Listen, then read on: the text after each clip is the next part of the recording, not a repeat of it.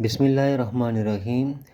عزیز طلباء و طالبات، آج جس موضوع پر میں آپ کو بتانے جا رہا ہوں وہ موضوع ہے مرزا اسد اللہ خان غالب صاحب کا۔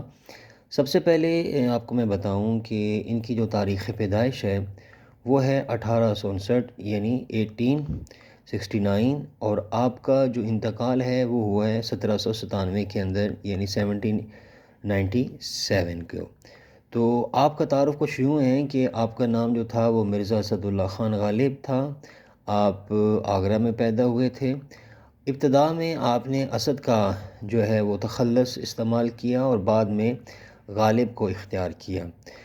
آپ جو ہے وہ شاہی دربار سے نجم الدولہ اور اس کے علاوہ دبیر الملک کے خطاب پائے۔ یہ آپ کے خطابات تھے جو آپ کو ملے تھے شاہی دربار سے۔ اس کے علاوہ غالب کے جو آباء و اجداد تھے وہ ترک سلجوق تھے، یعنی سلجوقی تھے۔ آپ کے جو والدین تھے، آباء و اجداد تھے، جو مغلیہ عہد میں ماہور النہر سے ہندوستان آئے اور اچھے سرکاری عہدوں پر فائز رہے۔ اس کے علاوہ ان کے جو چچا تھے نصر اللہ بیگ، شاہی فوج میں رسالدار تھے۔ نوابان لاہور سے مرزا غالب کا سسرالی رشتہ تھا۔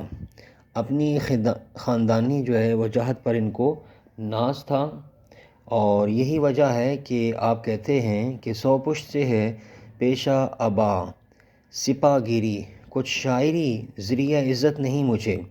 یعنی کہہ رہے ہیں کہ جو اصل میں جو ہمارا پشت در پشت سلسلہ چلا آ رہا ہے وہ ہے سپاہ گیری۔ یہ جو شاعری ہے یہ میرے نزدیک جو ہے کوئی عزت کا ذریعہ نہیں ہے، بلکہ جو ہے ہمارا آباء و اجداد کا جو پیشہ ہے وہ سپاہ گیری ہے۔ کہتے ہیں کہ اپنی شعر گوئی کے پہلے دور میں غالب نے مشکل پسند اختیار کی، یعنی آپ کے جو اشعار تھے اس کے اندر سہل پسندی نہیں تھی، لیکن پھر بھی سادہ طرز اپنایا۔ خیال کی لطافت تھی آپ کے اشعار کے اندر نظر آتی ہے، بلندی نظر آتی ہے۔ روزمرہ اور محاورات کا جو لطف، طرز ادا کی شوخی اور موضوعات کی رنگا رنگی نے ان کے کلام کو منفرد اور دلکش بنا دیا ہے۔ یعنی آپ دیکھیں گے کہ ان کے کلام کے اندر یہ مندرجہ ذیل جو خصوصیات بتائی جا رہی ہیں، روزمرہ بھی پایا جاتا ہے، محاورات کا بھی استعمال ہوتا ہے، اور اس کے علاوہ ان کے خیال کے اندر لطافت ہے، بلندی ہے۔ یہ ساری چیزیں ہمارے کو ان کے کلام کے اندر نظر آتی ہیں۔ آگے کہتے ہیں کہ زندگی کے غموں اور دکھوں کے باوجود وہ خوش طبعی کا دامن ہاتھ سے نہیں چھوڑتے۔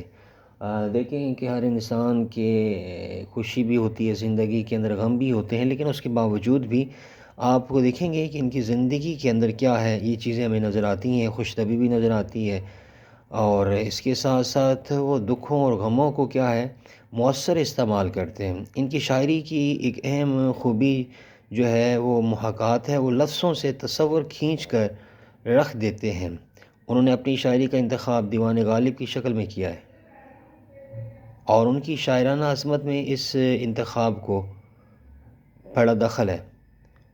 اردو کو یہ عظیم شاعری دلی میں اردو کا یہ جو عظیم جو شاعر تھے یعنی مرزا غالب جو تھے، آپ کا انتقال دلی میں ہوا۔ پیدا کہاں پر ہوئے تھے؟ آگرہ میں۔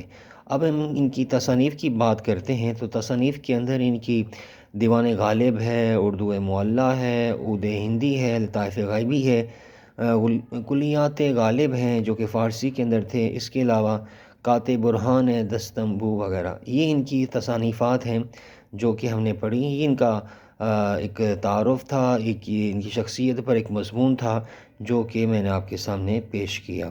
Thank you so much.